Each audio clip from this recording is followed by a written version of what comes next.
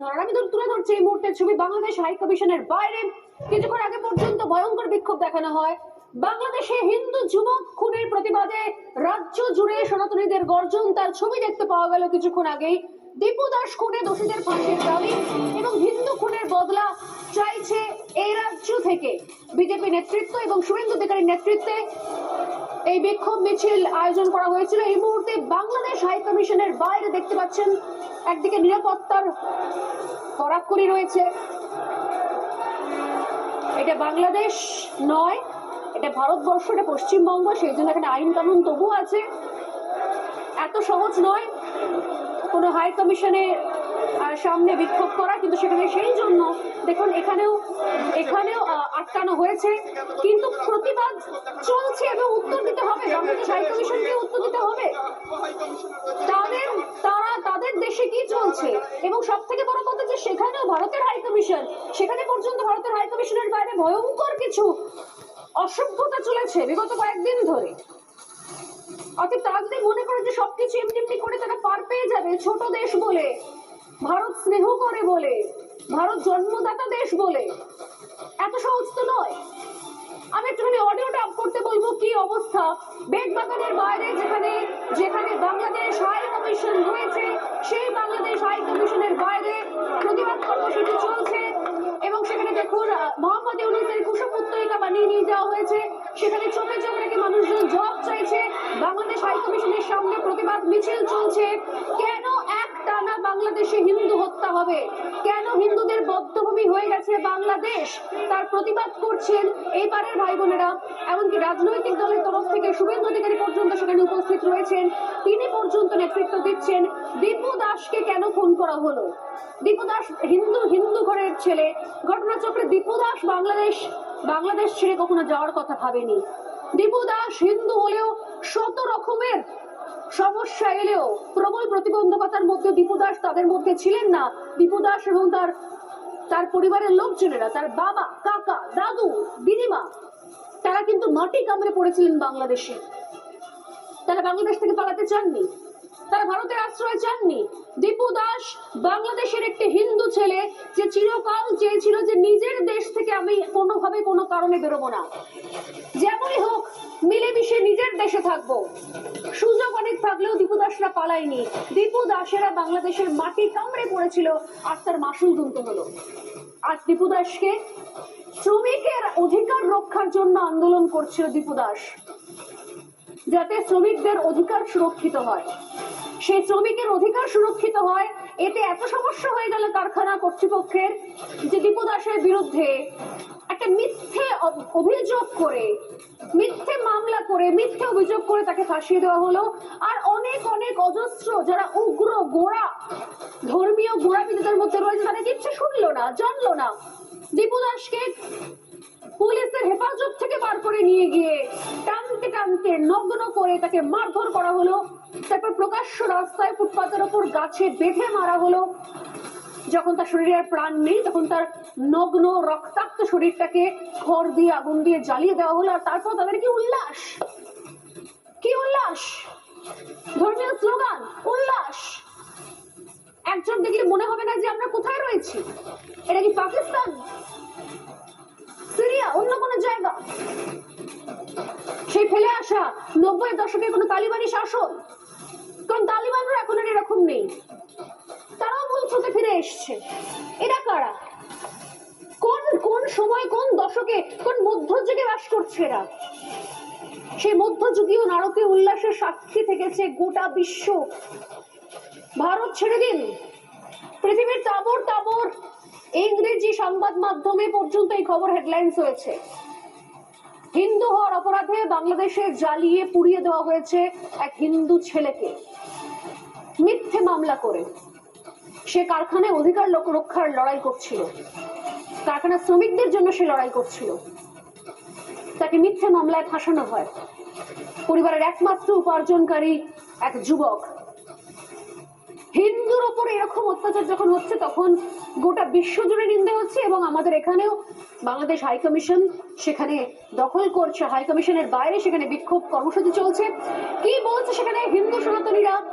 Bangladesh high কমিশনের বাইরে আজকে উত্তপ্ত পরিস্থিতি ছিল, সেই পরিস্থিতি কয়েক ঝলক দেখাচ্ছি আপনাদেরকে।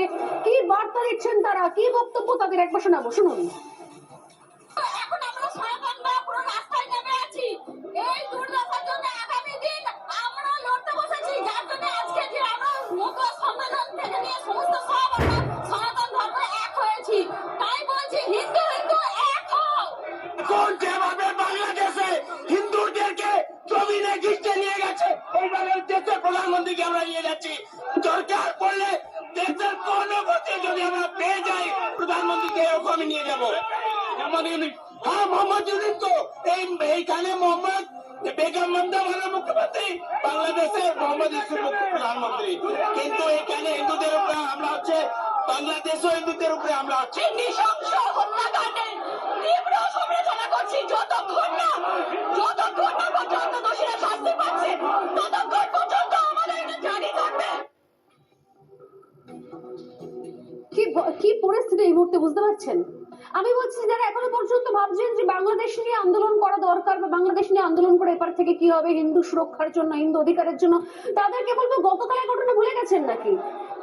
লগ্নজিৎ এখানকার সঙ্গীত শিল্পী, তিনি কোন পক্ষে, তার মানসিকতা কি ছিল, তার আইডিওলজি কি, সেটা এই মুহূর্তে সত্যি সত্যি পরের সারিতে চলে যাচ্ছে। কারণ শত মুক্তমানা বলে যারা নিজেদের কলার তুলে ঘুরে বেড়াতেন, তারাও এই মুহূর্তে পার পাচ্ছেন না। লগ্নজিৎ পশ্চিম মেদিনীপুরের একটি সভায় গিয়েছিলেন, একটা স্কুলের প্রোগ্রামে। সেই স্কুলের প্রোগ্রামে সদ্য মুক্তিপ্রাপ্ত একটি বাংলা ছবি দেবী চৌধুরানী, সেখানকার একটা অত্যন্ত গুরুত্বপূর্ণ গান জাগমা, সেই গানটি তিনি নিজে প্লেব্যাক করেছেন। সেই গানটি তিনি মঞ্চের ওপর থেকে গাইছিলেন। অনেক সঙ্গীত শিল্পী এটা করেন, নতুন কিছু নয়। সদ্য মুক্তি পাওয়া ছবি বা তাদের সদ্য রিলিজ হওয়া ছবি, সিনেমার ছবি, যেগুলো তারা গান সেই গানগুলোকে তারা মঞ্চের ওপর গান। কিন্তু এই গান গাওয়ার সঙ্গে সঙ্গে সেখানকার দাদারা, আমি অন্য ভাষায় বলবো, আমি বলবো যে মুখ্যমন্ত্রীর প্রিয় দুভেল গাইরা, তারা তার গান থামিয়ে দেয়। একজন মঞ্চের উপর উঠে আসে এবং উঠে এসে রীতিমতো মারতে যায়। লগ্নজিতার বয়ান থেকে বলছি, তার হাতটা চলে এসেছিল আমার নাকের কাছে, আমার হাতে মাইক্রোফোন ছিল, তাই মানে অর্থাৎ ঘুষি মারতে যায় প্রায়। কারণ বারবার বলার পরও লগ্নজিতা সেই গান থামায়নি, সেই গান শেষ করেছে। এবং তাকে বলা হচ্ছে চিৎকার করে ঘটনাচক্রে, তার হাতে মাইক্রোফোন ছিল, তিনি সেই সময়কে দর্শকদের সঙ্গে কথা বলছিলেন, সেই মাইক্রোফোনটা অন ছিল। সেখানে শোনা গিয়েছে সেই কথা যে অনেক জাগমা টাগমা হয়েছে, এবার একটা সেকুলার গান গা। এইটা বলা হচ্ছে এখানে পশ্চিমবঙ্গে যারা এত কিছু ভাবছেন, মাথা ঘামাচ্ছেন, হিন্দুদের জ্বালানো হচ্ছে, পোড়ানো হচ্ছে বাংলাদেশে, এখানে হলে দেখিয়ে দিতাম। কি দেখাতেন ভাই? এই তো এখানকার ছবি। মঞ্চে উঠে সঙ্গীত শিল্পীকে বলা হচ্ছে অনেক জাগমা টাগমা হয়েছে, এবার চল একটা সেকুলার গান ধর, সেকুলার গান গা। মা দুর্গার আরাধনা, তাকে নিয়ে গান নাকি সেকুলার গান না, সেটা নাকি সাম্প্রদায়িক গান। এবং এই ঘটনাটা ঘটার পরেও যারা ভাবছেন যে এখনো পর্যন্ত সময় আছে, এগুলো প্রতিবাদ না করলেও চলবে, আমি আবারও বলছি তারা হয়তো মূর্খের স্বর্গে বাস করছেন। কি অভিযোগ করেছিলেন পরে লগ্নজিৎ একবার ছোট্ট করে শোনাবো, আর তারপর আরো ইন্টারেস্টিং একটা বক্তব্য রয়েছে, সেটা আজকে না শোনালেই নয়। যারা এখনো ভাবছেন রাস্তায় নেমে কি লাভ, ওপারে দীপু দাস চন্দ্র জ্বলে পড়ে খুন হয়ে গেল, আমরা এখান থেকে প্রতিবাদ করে কি লাভ, যারা ভাবছেন এখনো কি দরকার ছিল বাংলাদেশ হাই কমিশনের সামনে যাওয়ার, কি দরকার শহর কলকাতা থেকে শুরু করে বিভিন্ন জেলায় এই হিন্দু হত্যার প্রতিবাদে মিছিল নামানোর, যারা ভাবছেন তাদের জন্য আজকে খুব সুন্দর দারুণ একটা বক্তব্য রয়েছে, যে বক্তব্য মনে হয় প্রত্যেক হিন্দু শোনা দরকার, সেটা শোনাবো একটু পরে। তার আগে শুনুন সঙ্গীত শিল্পী লগ্নজিতা কি বলছেন, কি অভিযোগ করেছিলেন গতকাল। আমার অনুষ্ঠান 7টায় শুরু হয় এবং 1:45 অবধি আমার অনুষ্ঠান নির্বিঘ্নে হয়। 7টা গান আমার গাওয়া হয়ে গেছিল, and I was going on to my 8th song. তো আমি যখন 7th এবং 8th গানের মধ্যে কথা বলছি, এই গানটা শেষ করে তখন হঠাৎ দেখলাম একজন মানুষ দৌড়ে স্টেজে উঠে এলেন, হেঁটে না, উড়ে স্টেজে উঠে এলেন এবং কিছু বোঝার আগেই আমি দেখলাম যে উনি প্রায় আমার এখান অবধি চলে এসেছেন। ভিডিওটা দেখলেই সবাই বুঝতে পারবেন যে উনি আমাকে মারতেই উঠেছিলেন, এবং যখন উনি আমাকে মারতে পারেন না এবং যখন ওনাকে টেনে নিয়ে যাওয়া হচ্ছে তখন উনি চিৎকার করে বলেন, অনেক জাগমা হয়েছে, এবার একটু সেকুলার গা। এবং আমি স্টেজ থেকে নেমে যাই এবং তারপরে আমি ভগবানপুর পুলিশ স্টেশনে যাই এবং গিয়ে আমি একটা জেনারেল ডায়েরি। আমি শুনেছি যে মেহবুব মল্লিক অ্যারেস্ট হয়েছেন। আমি চাই যে অ্যারেস্ট হয়েছেন খুব ভালো, কিন্তু উনি যেন ছাড়া না পেয়ে যান। তো এটা যদি 1:45 হয় তাহলে তো 10টা, 10:30, 11টার পর কি হচ্ছে এটা তো খুব ভয়াবহ ব্যাপার। আশঙ্কা আতঙ্কে থেকে আমি এই গানটা গাইবো না স্টেজে, এটা তো হবে না, এটা আমি তো গাইবই। এবং 26 তারিখ আমার শো আছে আরামবাগে, আমি 7 নম্বরেই আবার এই গানটা গাইবো এবং আমার কোনো আতঙ্ক নেই। এটা কিন্তু লগ্নজিতের বক্তব্য। আমি আবারও বলছি যে এতদিন ধরে ভেবেছিলেন যে আমরা তো কোনো পক্ষ নিই না, বা আমরা তো সবসময় যদি একটুখানি সংখ্যালঘুদের জন্য কথা বলে 2 গ্লাস জল বেশি খাওয়া যায়, আমরা দেখিয়েছি আমরা আসলে কত সেকুলার। আরে হিন্দু ধর্মের থেকে অন্য কোনো সেকুলার ধর্ম নেই এখানে। হয় আজকে বুঝবে, না হয় 2 দিন বাদে বুঝবে, কিন্তু বুঝবে তো বটেই। আজকে সেই আঁচ তাদের গায়েও লাগছে, তারাও পার পাচ্ছেন না। এবার তারা কতখানি সেটা বলতে পারবেন তাদের বিষয়, কিন্তু যারা বলতে পারেন পশ্চিমবঙ্গের মাটিতে দাঁড়িয়ে তারা বলার সাহস পান যে যদি সত্যিই তো যদি এ ধরনের বারবার যদি মঞ্চে উঠে পয়সা দিয়ে নিয়ে এসেছি কোন শিল্পী যদি জাগমা জাগমা গাইতে থাকে, তাকে বলাটা তো স্বাভাবিক সেকুলার গান গাইতে। অবাক হচ্ছেন? এই কথাগুলো বলার সাহস এখনো পাওয়া যাচ্ছে, কারণ আমরা এখনো পর্যন্ত এগুলোকে প্রতিবাদ করতে শিখিনি। এখনো পর্যন্ত একটা শ্রেণীর মানুষ তারা মনে করেন যে বাংলাদেশে দীপু দাস মারা যাচ্ছে, আমাদের এখানে এসব হবে নাকি থরি। আমরা এখান থেকে দূর থেকে বসে ভদ্র সভ্য হয়ে বলবো যে খুবই অন্যায় হচ্ছে। যে কোনো দেশেই নাকি উগ্র মৌলবাদী ঘটনা ঘটলে আমরা প্রতিবাদ করব। সব দেশেই নাকি সংখ্যালঘুদের অবস্থা। এই সমস্ত মিথ্যে কথাগুলো যারা এখনো পর্যন্ত বলছেন এবং চালাচ্ছেন, তাদেরকে চোখে আঙুল দেখানোর জন্য যে আমরা দেখে শিখিনি তাই আমাদের থেকে শিখতে হচ্ছে, এখন থেকে শেখার কাউন্টডাউন শুরু হয়ে গিয়েছে, তাদের জন্য এর পরের বক্তব্য শোনাবো লগ্নজিতের বক্তব্যের থেকে যে অনেক অনেক অনেক গুণ ইম্পর্টেন্ট। সে বক্তব্য হচ্ছে মেহবুব মল্লিক তার ভাই মাসুদ মল্লিকের। মাসুদ মল্লিক মেহবুব মল্লিকের ভাই। কে মেহবুব মল্লিক? মেহবুব মল্লিক সেই ব্যক্তি, প্রভাবশালী, মমতা বন্দ্যোপাধ্যায়ের ভাষায় বিশিষ্ট এক দুধেল গাই, যে মঞ্চের উপর উঠে ঘুষি মারতে গিয়েছিল সিঙ্গারকে এবং তার সঙ্গে বলার সাহস দেখিয়েছে যে অনেক জাগমা টাগমা হয়েছে, এবার সেকুলার গান ধর, সেকুলার গান গা। তার ভাই হচ্ছে মাসুদ মল্লিক। মেহবুব মল্লিককে তো অ্যারেস্ট করেছে পুলিশ এবং ইতিমধ্যেই একটা ঢাক বাজানো শুরু হয়ে গেছে। এইখানে এ রাজ্যে কিন্তু এসব করে কেউ পার পেতে পারবে না। কিন্তু এটা যে চলছে, যেটা প্রত্যেক মুহূর্তে এদেরকে বোঝানো হয়েছে তোমরা এগুলো করতে পারো, এগুলো স্বাভাবিক, সেই মানসিকতার কি বক্তব্যটা আমার শোয়ের আজকে যে বক্তব্যের পর আমি সত্যি সত্যি প্রশ্ন রাখবো সবার জন্য, শোতে থাকবেন তাদের জন্য, যে আমরা আদেও দেখে শিখতে পেরেছিলাম। দেখে শেখার সময় আর রয়েছে? এবার তো থেকে শেখা শুরু হয়ে গেছে, তাই না? দাদা অ্যারেস্টেড, দিদি গান গেয়ে চলে গেছে, কোন ক্রমে কাঁটা গেলার মতো গিলতে না পারছে ওগুলাতে, সেই অবস্থায় বলবে যেতে সেকুলার গান ধরতে আমি তো গাইবই। তারপর বলছে নারী নিরাপত্তা, হ্যান ত্যান, ব্লা ব্লা ব্লা। দাদা জেলে, দিদি চলে গেছে, এবার ভাই কি বলছে শুনুন। বাংলাদেশ দেখে আহা উহু করছেন যারা ভাবছেন প্রতিবাদ করব কিন্তু কোথায় করি, প্ল্যাটফর্ম কোথায়, যারা ভাবছেন যে এদেশে হলে দেখে নিতাম, মজা দেখাতাম, ক্ষমতা আছে, তাদের জন্য উনি টাইম দিয়েছিলেন 4টায়, আমরা শীতের কারণে ওটা দেরি হয়ে গেছিল, 6:30 বেজে গেছিল। উনি এটাতে খুব রেগে যান, দিয়ে এক্সট্রা টাকার জন্য ডিমান্ড করে। আমরা ওদের রাজি হইনি। আর উনি যে গানটা গেয়েছিলেন, তো ওই গানটাকে বলা হয়েছিল যে আপনি আরেকটা অন্য যে কোনো সেকুলার গান, এটা নর্মাল। তো উনি এটা মনে করেছেন যে ওনার মনে প্রেস্টিজে লেগেছে, দিয়ে সঙ্গে সঙ্গে প্রোগ্রাম বন্ধ করে দেন এবং উনি থানায় এসে কমপ্লেন করেন। হ্যাঁ, অ্যারেস্ট করেছে, আইনি পদক্ষেপে যা চলে। হ্যাঁ, আমরা আইনি পদক্ষেপ নেব। মাসুদ মল্লিক বলছেন ওনাকে বলা হয়েছিল এইসব গান তো হলে একটা সেকুলার গান, এটা তো নর্মাল। সারাক্ষণ ধরে মা মা জাগমা জাগমা, দেখা দাও মা, দেখা মা জাগমা, মা ও তুমি ওই তুমি তাই, মা দুর্গার গান সারাক্ষণ হলে তো মানুষ তো সেকুলার গান চাইবে, এটা তো নর্মাল। আমরা দেখিনি সেকুলার গান আমাদের এমপি দিদি সায়নী ঘোষ সমস্ত জায়গায় মঞ্চে গিয়ে শুরু করেন দে দে পাল তুলে দে, মক্কা মদিনা নিয়ে আসেন তিনি, হৃদয়ের মধ্যে কাবা শরীফ নিয়ে আসেন তিনি। এই তো সেকুলার গান। মা দুর্গার গান আমার সেকুলার গান হলো কি করে? মা দুর্গার গান গাইলে তো সেকুলার গান বলতে এটা স্বাভাবিক, তাতে উনি রেগে গেলেন, আমরা কি করবো বলুন? এই ভাষা, এই ভাষাতেই কথা বলছে মাসুদ মল্লিকরা, এই ভাষাতেই গোটা পশ্চিমবঙ্গের মাসুদ মল্লিকরা কথা বলে, এটাই তাদের মানসিকতা। আর এগুলোকে আমরা এন্টারটেইন করছি, সহ্য করে আসছি দিনের পর দিন ধরে।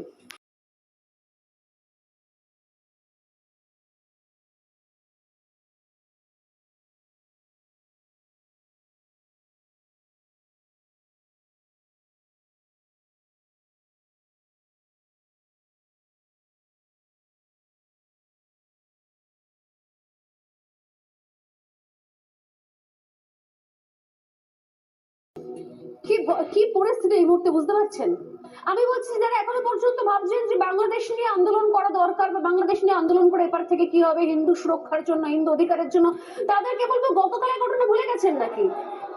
লগ্নজিৎ এখানকার সঙ্গীত শিল্পী, তিনি কোন পক্ষে, তার মানসিকতা কি ছিল, তার আইডিওলজি কি, সেটা এই মুহূর্তে সত্যি সত্যি পরের সারিতে চলে যাচ্ছে। কারণ শত মুক্তমানা বলে যারা নিজেদের কলার তুলে ঘুরে বেড়াতেন, তারাও এই মুহূর্তে পার পাচ্ছেন না। লগ্নজিৎ পশ্চিম মেদিনীপুরের একটি সভায় গিয়েছিলেন, একটা স্কুলের প্রোগ্রামে। সেই স্কুলের প্রোগ্রামে সদ্য মুক্তিপ্রাপ্ত একটি বাংলা ছবি দেবী চৌধুরানী, সেখানকার একটা অত্যন্ত গুরুত্বপূর্ণ গান জাগমা, সেই গানটি তিনি নিজে প্লেব্যাক করেছেন। সেই গানটি তিনি মঞ্চের ওপর থেকে গাইছিলেন। অনেক সঙ্গীত শিল্পী এটা করেন, নতুন কিছু নয়। সদ্য মুক্তি পাওয়া ছবি বা তাদের সদ্য রিলিজ হওয়া ছবি, সিনেমার ছবি, যেগুলো তারা গান সেই গানগুলোকে তারা মঞ্চের ওপর গান। কিন্তু এই গান গাওয়ার সঙ্গে সঙ্গে সেখানকার দাদারা, আমি অন্য ভাষায় বলবো, আমি বলবো যে মুখ্যমন্ত্রীর প্রিয় দুভেল গাইরা, তারা তাকে তার গান থামিয়ে দেয়। একজন মঞ্চের উপর উঠে আসে এবং উঠে এসে রীতিমতো মারতে যায়। লগ্নজিতার বয়ান থেকে বলছি, তার হাতটা চলে এসেছিল আমার নাকের কাছে, আমার হাতে মাইক্রোফোন ছিল, তাই মানে অর্থাৎ ঘুষি মারতে যায় প্রায়। কারণ বারবার বলার পরও লগ্নজিতা সেই গান থামায়নি, সেই গান শেষ করেছে। এবং তাকে বলা হচ্ছে চিৎকার করে ঘটনাচক্রে তার হাতে মাইক্রোফোন ছিল, তিনি সেই সময়কে দর্শকদের সঙ্গে কথা বলছিলেন, সেই মাইক্রোফোনটা অন ছিল, সেখানে শোনা গিয়েছে সেই কথা যে অনেক জাগমা টাগমা হয়েছে, এবার একটা সেকুলার গান গা। এইটা বলা হচ্ছে এখানে পশ্চিমবঙ্গে যারা এত কিছু ভাবছেন, মাথা ঘামাচ্ছেন, হিন্দুদের জ্বালানো হচ্ছে, পোড়ানো হচ্ছে বাংলাদেশে, এখানে হলে দেখিয়ে দিতাম। কি দেখাতেন ভাই? এই তো এখানকার ছবি। মঞ্চে উঠে সঙ্গীত শিল্পীকে বলা হচ্ছে অনেক জাগমা টাগমা হয়েছে, এবার চল একটা সেকুলার গান ধর, সেকুলার গান গা। মা দুর্গার আরাধনা, তাকে নিয়ে গান নাকি সেকুলার গান না, সেটা নাকি সাম্প্রদায়িক গান। এবং এই ঘটনাটা ঘটার পরেও যারা ভাবছেন যে এখনো পর্যন্ত সময় আছে, এগুলো প্রতিবাদ না করলেও চলবে, আমি আবারও বলছি তারা হয়তো মূর্খের স্বর্গে বাস করছেন। কি অভিযোগ করেছিলেন পরে লগ্নজিৎ একবার ছোট্ট করে শোনাবো, আর তারপর আরো ইন্টারেস্টিং একটা বক্তব্য রয়েছে, সেটা আজকে না শোনালেই নয়। যারা এখনো ভাবছেন রাস্তায় নেমে কি লাভ, ওপারে দীপু দাস চন্দ্র জ্বলে পড়ে খুন হয়ে গেল, আমরা এখান থেকে প্রতিবাদ করে কি লাভ, যারা ভাবছেন এখনো কি দরকার ছিল বাংলাদেশ হাই কমিশনের সামনে যাওয়ার, কি দরকার শহর কলকাতা থেকে শুরু করে বিভিন্ন জেলায় জেলায় এই হিন্দু হত্যার প্রতিবাদে মিছিল নামানোর, যারা ভাবছেন তাদের জন্য আজকে খুব সুন্দর দারুণ একটা বক্তব্য রয়েছে, যে বক্তব্য মনে হয় প্রত্যেক হিন্দু শোনা দরকার, সেটা শোনাবো একটু পরে।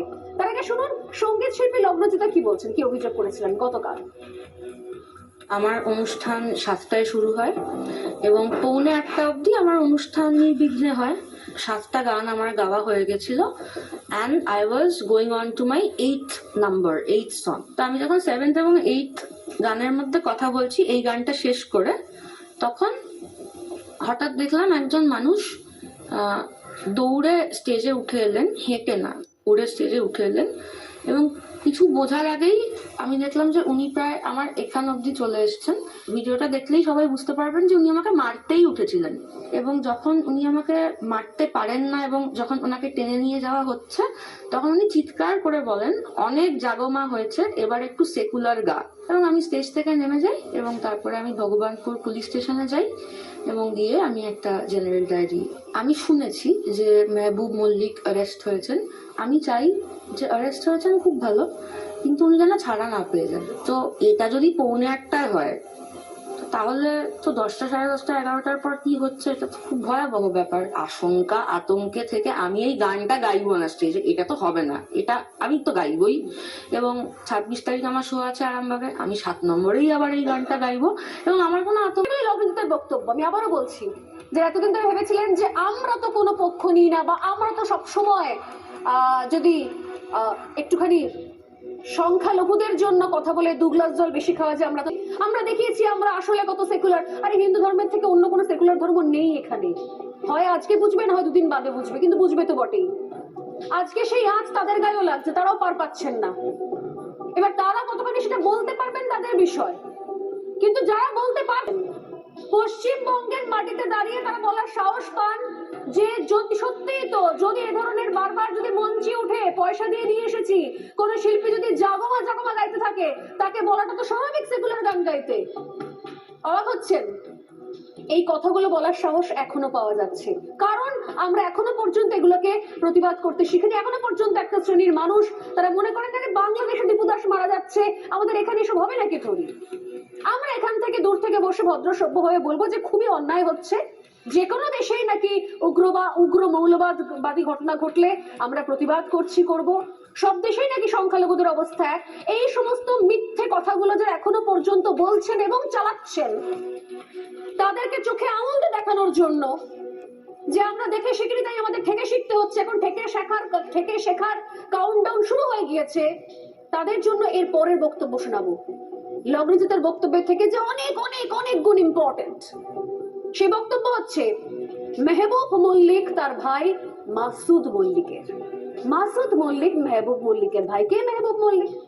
মেহবুব মল্লিক সেই ব্যক্তি, প্রভাবশালী, মমতা বন্দ্যোপাধ্যায়ের ভাষায় বিশিষ্ট এক দুধেল গাই, যে মঞ্চের উপর উঠে ঘুষি মারতে গিয়েছিল সিঙ্গারকে, এবং তার সঙ্গে বলার সাহস দেখিয়েছে যে অনেক জাগমা টাগমা হয়েছে, বা সেকুলার গান ধর, সেকুলার গান গা।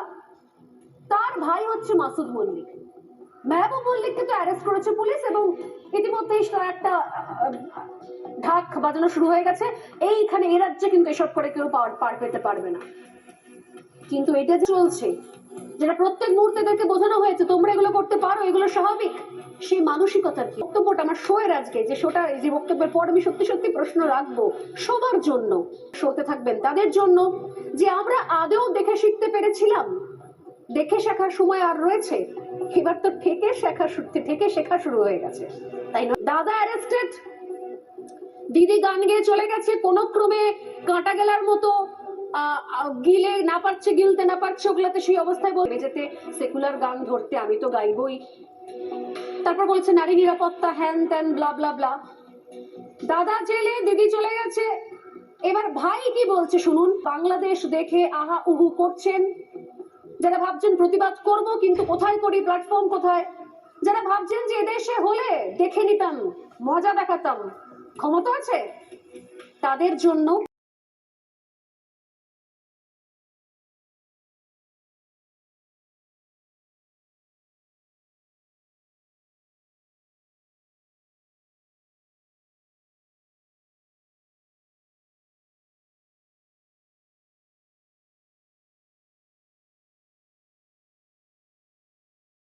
উনি টাইম দিয়েছিলেন 4টায়, আমরা শীতের কারণে ওটা দেরি হয়ে গেছিলো, 6:30 বেজে গেছিলো।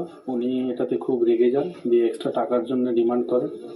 আমরা ওতে রাজি হইনি। আর উনি যে গানটা গেয়েছিলেন, তো ওই গানটাকে বলা হয়েছিল যে আপনি আরেকটা অন্য যে কোনো সেকুলার গান, এটা নর্মাল। তো উনি এটা মনে করেছেন যে ওনার মনে প্রেস্টিজে লেগেছে, দিয়ে সঙ্গে সঙ্গে প্রোগ্রাম বন্ধ করে দেন এবং উনি থানায় এসে কমপ্লেন করেন। হ্যাঁ, অ্যারেস্ট করেছে, আইনি পদক্ষেপে যা আছে চলে। হ্যাঁ, আমরা আইনি পদক্ষেপ নেব। মাসুদ মল্লিক বলছেন ওনাকে বলা হয়েছিল এইসব গান তো হলে একটা সেকুলার গান, এটা তো নর্মাল। সারাক্ষণ ধরে মা মা জাগো মা দেখা দাও, মা দেখা মা জাগো মা ও তুমি ওই তুমি তাই, মা দুর্গার গান সারাক্ষণ হলে তো মানুষ তো সেকুলার গান চাইবে, এটা তো নর্মাল। আমরা দেখিনি সেকুলার গান। আমাদের এমপি দিদি শাইনী ঘোষ সমস্ত জায়গায় মঞ্চে গিয়ে শুরু করেন দে দে পাল তুলে দে, মক্কা মদিনা নিয়ে আসেন তিনি, হৃদয়ের মধ্যে কাবা শরীফ নিয়ে আসেন তিনি। এই তো সেকুলার গান। মা দুর্গার গান আমার সেকুলার গান হলো কি করে? মা দুর্গার গান গাইলে তো সেকুলার গান বলতে, এটা স্বাভাবিক। তাতে উনি রেগে গেলেন, আমরা কি করবো বলুন? এই ভাষা, এই ভাষাতেই কথা বলছে মাসুদ মল্লিকরা, এই ভাষাতেই গোটা পশ্চিমবঙ্গের মাসুদ মল্লিকরা কথা বলে, এটাই তাদের মানসিকতা। আর এগুলোকে আমরা এন্টারটেইন করছি, সহ্য করে আসছি দিনের পর দিন ধরে।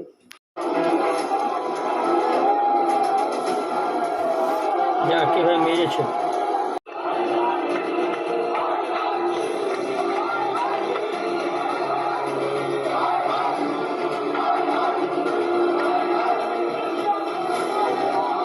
যতক্ষণ না পর্যন্ত দোষীরা শাস্তি পাচ্ছে ততক্ষণ পর্যন্ত আমাদের এটা জারি থাকবে। কিন্তু এখন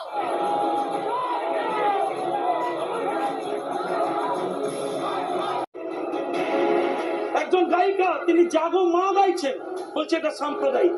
হিন্দু বিরোধিতা করুন, বললে এটা সেকুলারিজম। হিন্দুরা আক্রান্ত হোক, কোনো ব্যবস্থা হবে না।